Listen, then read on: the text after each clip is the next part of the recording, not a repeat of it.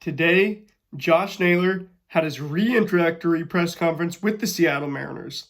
But did Jerry Dipoto, Justin Hollander, and Josh Naylor just combine for one of the top 5 press conferences in Mariners history? Welcome to the Dom Skeen channel, your one-stop shop for the Mariners storylines on Seattle's mind. And that's right, today's press conference where Josh Naylor, Jerry Dipoto, and Justin Hollander got up there, talked to the media for about 26 minutes, was one of the most optimistic press conferences in this franchise's history. I mean, you talk about the ones where, the team stayed in Seattle in the 90s. I wasn't even alive for those. The Ichiro one, we didn't really know exactly what we were getting. It was a completely new kind of frontier for us. The Robinson Cano one was awesome because it was the first time we felt like we could compete in free agency. Although yet we haven't really signed any hitter to a $20 million contract since then. And we still got Naylor for under 20 mil. However, Naylor would have gone over 20 mil if it weren't for that no trade clause. That full no trade clause that Naylor got definitely was worth the extra $7.5–8 million that he would have got to get to 100, to get to 9 figures. However, some things in this press conference that were awesome. Just the overall vibe of this press conference, obviously it's super happy and exciting with Naylor coming back to the Mariners and stuff, but whereas the boys of summer are the guys that go out on that field every single day, for 162 games, put their bodies on the line for us, to compete. Jerry Dipoto and Justin Hollander, I would like to now term them the boys of winter because they are winning in the winter. Last offseason, bringing back Jorge Polanco was not a popular move by any means. The other moves that we made last offseason, bringing Donovan Solano in on a small, $3.5 million deal, not a popular move. However, this summer, we started out with a bang. We've brought Josh Naylor back. So, like I said yesterday, this offseason is already at least an A-. That's all they really needed to do. Third base and second base makes sense to be fixed internally. But there was also... Justin Hollander went on Brock and Salk today. He said several things, including that they've reached out to Polanco and Suarez as agents and would like to bring them back. Now, I think this was a little bit more of a PR statement than anything. I think he's more just trying to give off the impression that anybody, that is part of the Mariners family, we would like them back. Anybody that performed well with us, we would like to, give them an opportunity to come back. But does it really make sense to, when we have, second base, you've got so many different options. From who was the last starting second baseman for the Mariners? Leo Rivas, who is under club control for the next several years, a top prospect, former first-round pick, who we need to give reps to if we want to develop him properly. Cole Young, already done all the hard work developing him through the minors. So you got Rivas, Young.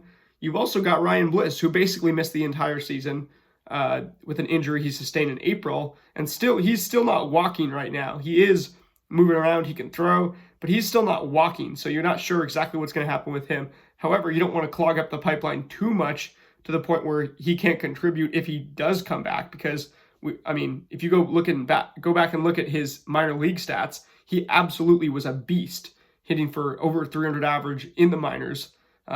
And it's yet to be seen if he's actually a quad A player or if he can contribute at that spot.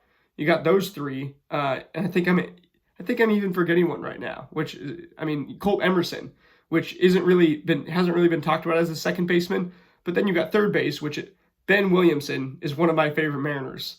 I think he's the most underrated player in this franchise, in this organization. And I think, like I said, he is my pick to win the American League Gold Glove if he plays third base every day for the Mariners in 2026. What he does at the plate, he's an absolute pest. He is the perfect guy at the bottom of the lineup because he will protect the other hitters. He will get the pitch count up. He can be the difference between 80 pitches on a starting pitcher through 5 innings versus getting up to 95 or 100 pitches through 5 innings or even 4. He is that valuable of a hitter in that spot. He is an absolute pest. He grinds it out. And with the culture that we're developing here, which is obviously paramount, looking at bringing back Naylor this early. We're doing things on a human level more than we're just doing them on a on a baseball standpoint. And I mean, the baseball standpoint is the most important thing. That's the only reason that you don't bring Eugenio Suarez back, is because, I mean, on the human element, he is as good as anybody has ever been for this team. But on the baseball standpoint, the fit in this ballpark with his power bat is just a really rough proposition, considering he hits for light tower power. He swings and misses so much. We've tried it twice now with Eugenio Suarez, and it has not necessarily gone well in the sample sizes we've got, in a big sample size and a short sample size. We saw what he can do this season with the Arizona Diamondbacks. He's an all-star. He had a whole lot of home runs, including 4 in one single game. But he is just not a guy who is going to go into Safeco Field and have the stats that he would put up somewhere else. Josh Naylor, on the other hand, over 1,000 OPS at Safeco Field, says he loves hitting here. One of the only hitters ever to do either of those two things, let alone both. Clearly, he loves this team, loves its culture. He even talked about the Mariners' dog, Tucker, and said, he just loves being here. And as much as I say that, those things can be a little bit overblown and you need to pay the players as much as they deserve, Josh Naylor really, it's hard to overstate how much that human element has played a role, because he could have tested the market through December. It's normal, and I expected Josh Naylor, he just had a kid. He's going to go get his big payday, and yet he ended up just taking a little bit less. Now, the Mariners compensated him fairly. Giving him that full no-trade clause is a huge deal. And also looking at John Heyman tweeted out the actual contract breakdown here. This is like the only thing that I've actually been a little bit skeptical about. Now, and I know this is just the way that things work, but when John Heyman tweeted this out, it said that, the signing bonus, $6.5 million, then $10 million in actual salary this season. So really it's 16.5 mil this year, then 16 million next year. So really the salary goes 10 million to 16 million, then 18 million in 2028, then 20 million in 2029, 22 million in 2030. Then there's some very small bonuses for All-Star MVP, playoff MVPs, Silver Slug, Gold Glove, stuff like that. But the full no-trade clause was definitely worth the other $8 million that somebody else could have paid him on the open market. Around baseball, you also had things like Trent. You had a few qualifying offers accepted. Trent Grisham accepts his $22 million qualifying offer with the New York Yankees. Now, he was over a 130 OPS bat for the Yankees this past season, but Yankees fans are all pretty pessimistic about Grisham returning to their franchise. And just seeing the culture over there, it's not something that you'd exactly want. They've had the only owner who I can really remember who's ever had positive press with George Steinbrenner. Every single other owner in MLB history, I think, has just faced poor publicity. Whether it's, the Dodgers owner does everything right, and yet people get mad at him for being too rich. Every other owner of a small market team always is under fire, as honestly maybe they should be from fans at certain points. But and even in the press conference today with Naylor, to get back to our thing, Naylor said, he got on a call with the owner, but it was a very small mention of John Stanton. John Stanton just stepping back, not having to say anything. He understands that, he's the one who signs the checks, but they're only going to hate you. They're never going to like John Stanton. Even if we win the World Series, are people going to go and like John Stanton? And I'm not even saying they should, because I've had plenty to say about John Stanton and, the ownership and the way that it feels, watching other teams simply compete harder than you do. However, as I said yesterday, the Mariners got right up to 15th in payroll again. We're actually 12th on 26-man roster payroll. So that's extremely important. There was a few other amazing things that happened in sports today. As you can probably tell, my voice is totally gone. I'm terribly sick, but I was able to just mainline some tea and soup today, just so that I could get my voice back up tonight to speak to you guys, getting the videos on this channel every single day till opening day, 128 days till opening day. But around the world of sports today. I mean, if you go look at my name, Dom Skeen. Skeen is a Scottish surname. And Scotland, if you saw what they did today to qualify for their first World Cup in 28 years. I mean, that was absolute scenes out in Glasgow. Even though soccer is very foreign, I cover football, I cover baseball and football. Soccer is very foreign, not too foreign to Seattleites. I mean, we've got the Sounders here and everything. We're hosting the World Cup ourselves. The culture that some of these nations play with in the World Cup is something that sports fans around the world of any sport can appreciate and can even learn from. I mean, you watch that Scotland-Denmark game today, you can take notes just no matter what sport you're playing, if you're playing a team sport, on the culture that they have. You watch Haiti today. Haiti qualifying for their first World Cup in 52 years. Shout out to them. Curacao qualifying for the first time ever. There's a host of other nations who are going to be in the playoffs to qualify for the World Cup. And not to mention, this is kind of going by the wayside with everything else that's going on. But this offseason and leading up to the next season is going to be dictated by one major thing in baseball, the World Baseball Classic. And I plan on bringing you guys a lot more content on the World Baseball Classic starting tomorrow. I did want to mention a few other things that happened with the Mariners today.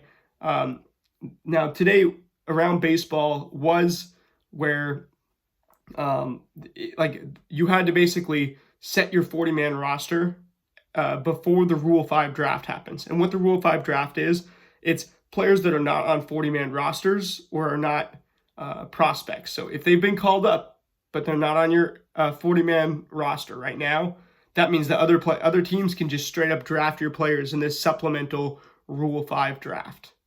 I honestly might even do a video explaining the Rule 5 draft before it happens, because it's coming soon. Some teams were extremely active, like the Red Sox. Some teams were not as active. Like the Red Sox traded Chris Murphy to the Chicago White Sox. Brennan Bernardino to the Colorado Rockies, former Mariner right there. Luis Guerrero to the Tampa Bay Rays, designated Nate Lowe, Nathaniel Lowe, and Josh Winkowski for assignment. Boston, they selected these guys to add to their big league roster to protect them from getting selected in the Rule 5 draft. Shane Drohan, David Sandlin, Tyler Uberstein. Haven't really heard of these guys much, but apparently they also made a trade with the Mariners to get this guy, Luke Heyman, a catcher that we selected in the 14th round this year. A University of Florida catcher. Might bring back some memories for Mariners fans because of Mike Zunino holding that same title. Not the hugest deal to worry about, but it is something that the Mariners have surprisingly scouted catchers extremely well. And we have quite a few in our system. And I'd be remiss if I didn't mention, the Mariners also traded for an absolute flamethrower of a right-handed pitcher today, Alex Hoppe from the Boston Red Sox. So that's who we traded Luke Heyman for. And we had to DFA Taylor Saucedo, a Seattle native, I think Tahoma High School. Extremely sad to see Taylor Saucedo off the 40-man roster and designated for assignment altogether. Sorry, guys, I'm sick. I'm having a little bit of trouble making it through this. But, Taylor Saucedo was a guy who was nails for us at one point in the last couple of years. Really didn't look as though he had it in the big moments this year. Dealt with some injuries over the last couple of years. But an awesome clubhouse guy and an awesome culture guy, connecting the team to the culture of the city and the community. So unfortunately, baseball-wise, it didn't necessarily make sense, it looks like, for us to keep him on the 40-man roster. And we just straight up had to designate him for assignment. I'm sure that he's going to find another organization or even comes back to our organization at some point. Because you know how this works with 162 games. You're going to need innings at some point. It's not like football is a sprint. Every single play is a sprint. Football is 16 games, right? baseball can be a little bit more of a marathon. And a guy like Taylor Saucedo could absolutely find his way back into this team, even though he's getting designated for assignment right now. Now, Alex Hoppe, who we acquired for Luke Heyman, he's been between AA and AAA, dating back to 2024. Kind of a high ERA guy, but a really good stuff guy. He hits triple digits on the fastball. He has some other shapes of breaking balls that the Mariners obviously like. That's why we traded for him. Not going to make a whole bunch of money, right around $1 million. And yeah, I mean, it's another reclamation project for the Mariners. I do want to break down some of the arms. Maybe I do something like an arms kind of thing weekly where I just review, because the Mariners are just acquiring arm after arm this offseason. So maybe one of these days where there's a little less news, obviously not today, we can go ahead and run through the arms that we've acquired so far this offseason and why they make sense for the Mariners organization. I'm no Lance Brozdowski. That guy's the most underrated YouTuber and analyst, I'd say, in baseball media right now. But I can look at the shape, just a little bit. I mean, I can look at the, I'm not going to be able to look at the arm slots the same way he does. But I can go look at the Baseball Savant, go see if there's anything that we can possibly compare and contrast to other Mariners reclamation projects and success stories in the bullpen. And then Shota Imanaga, somebody who Lance Brozdowski said he'd be shocked if Shota didn't end up a Cub in 2026. It's funny because he had like a $15 million team option or player option that he declined, which obviously he would do that because he had $22 million coming on the qualifying offer. And the Cubs also knew not to really let him take that, or they knew not to trigger the 3-year, like $59 million option or something, because they were going to be able to get him for just 1 year this year. But also, there was no real leverage on his side to go negotiate with other teams because other teams would have had to give up like a first-round pick. There would have been massive draft pick compensation if the teams were to, any other team was trying to try to go get Shota Imanaga. Also, he's been really home run prone. I mean, if you remember that game that he started in Milwaukee in the playoffs, it looks like the Cubs are going to lay it on Milwaukee finally. They go up, I think, 3-0 in the first inning, and then Shota comes out there and allows all those runs back right in the first inning. Incredibly home run prone, and Wrigley should do his job to hold that in. When the wind's blowing in at Wrigley, it's extremely hard to hit out, famously. So good for the Cubs getting Shota back. They need to go re-sign Kyle Tucker, and if they don't, their fans, rightfully so, are going to be as mad as they've been since before they hired Theo Epstein, who built that team with Rizzo, Bryant, Schwarber, and went and won the World Series in 2016. Gleyber Torres gets the $22 million qualifying offer. Brandon Woodruff gets it. Zach Gallen turns it down. For Brandon Woodruff, the Brewers, that's going to be a massive part of their payroll because they famously do not pay players a whole lot of money year over year, sign long-term contracts. But to get Woodruff back with them makes a little bit of sense. Again, a guy who I don't know if teams would really give up that draft pick for if they were going to go negotiate with Woodruff. Gleyber Torres makes sense to go back to the Detroit, especially that much money on a 1-year deal. It looks like he's really finding kind of the contact, the pure skills that he had as a prospect. Whereas in New York, it felt like he was really trying to hit for power, do all sorts of kind of star things in pinstripes. So I think he can have a good year this year and go negotiate next year. I think that one makes sense. Then you've got, so Grisham, Imanaga, Gleyber, and then Brandon Woodruff are the only 4 players who accepted the qualifying offers. Every single other qualifying offer was declined. And that's some of the bigger news of the day. A lot of guys getting DFA'd. Frankie Montas got DFA'd by the Mets. Some of those main things. Anyway, what I was saying when I was looking at John Heyman before was you got the contract for Naylor is kind of backloaded. He's going to be making 22 million last year of his deal. This year he's only got 10 mil, right? And it is sentence, which I don't love because what's coming onto the books later, hopefully, is all of our pitchers. So really, at this point, it doesn't make it too much money to sign Polanco for multi-years. Doesn't make much sense to sign Suarez for multi-years. You need to go get extensions done with Logan Gilbert, George Kirby, Brian Wu, before they get expensive, and Bryce Miller too. Those four, right, you've got to get the extensions done before they get expensive, which they absolutely will this coming year. Anyway, don't want to spend too long. I'll be back tomorrow and every single day leading up to opening day, then every single game.